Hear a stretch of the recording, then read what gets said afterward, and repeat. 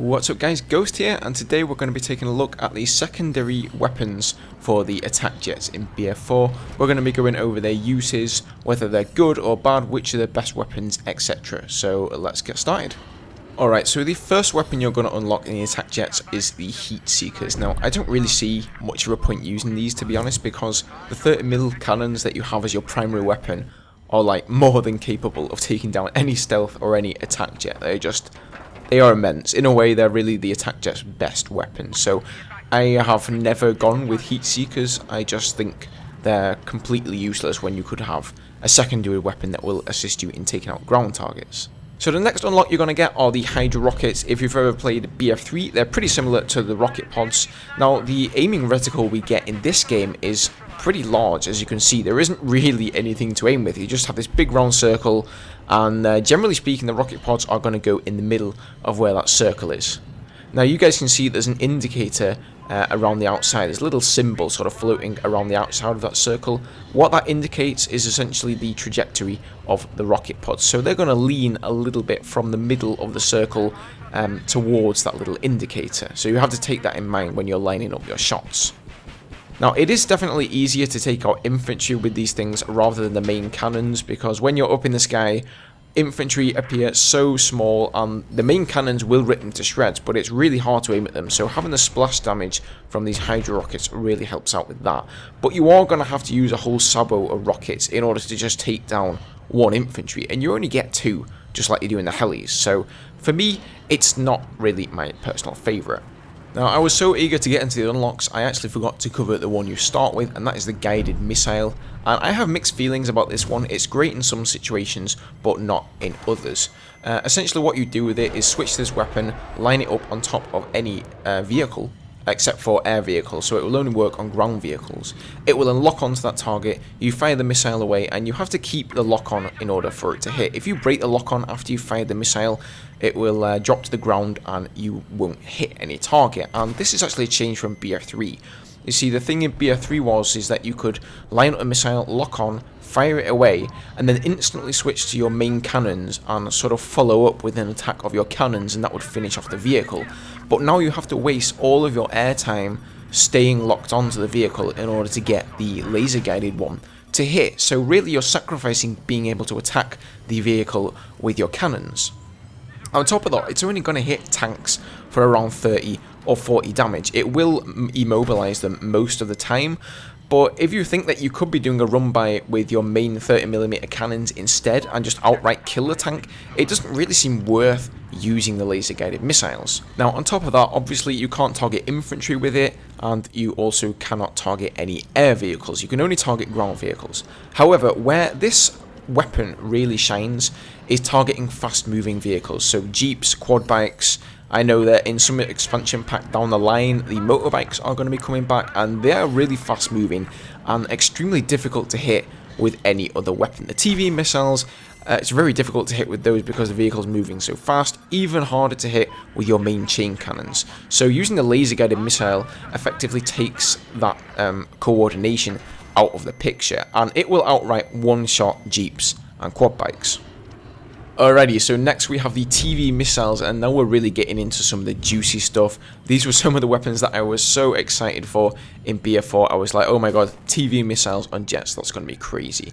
And as you can see, they hit for pretty similar to what the guided missile hits for. They do around 30 or 40 damage. Usually they immobilize the target, but the catch is that you actually get two of these, so you can fire one after another. They're also pretty good for killing infantry, although I have noticed that they really don't seem to have any splash damage. I've had TV missiles land directly next to infantry and it won't do any damage to them at all.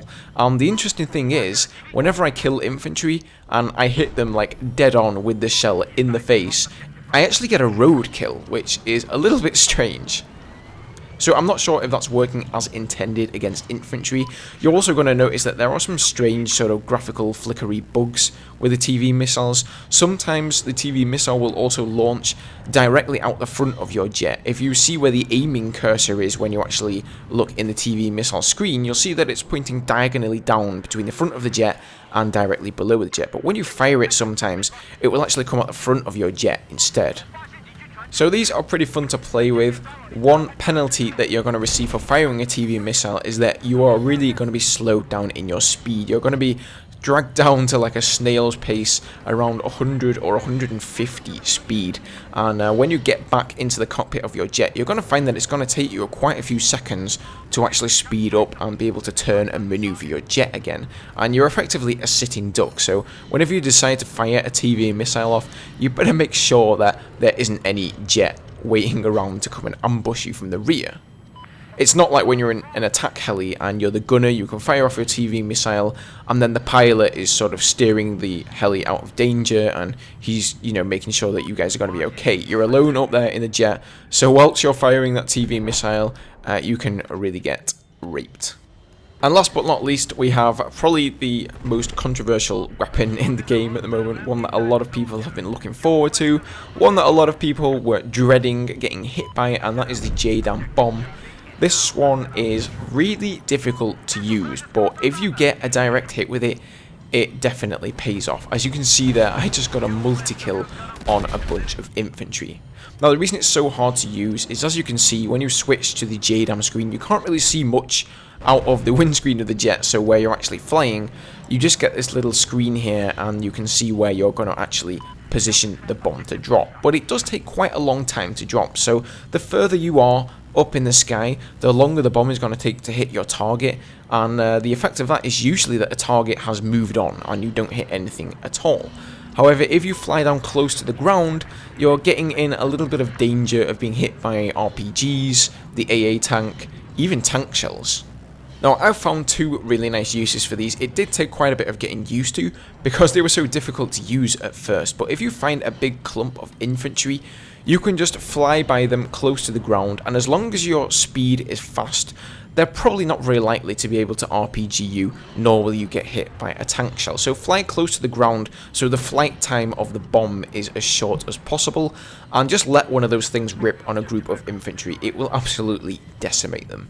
The second use I found is actually for following up a run-by with 30mm cannons on enemy armor. So say you're attacking a tank, you're doing a run-by with your cannons, and sometimes you just won't have quite enough airtime to finish him off, or, you know, you'll do a little bit of bad aiming, so you won't kill him. You'll maybe get him down to, you know, 20-30% health.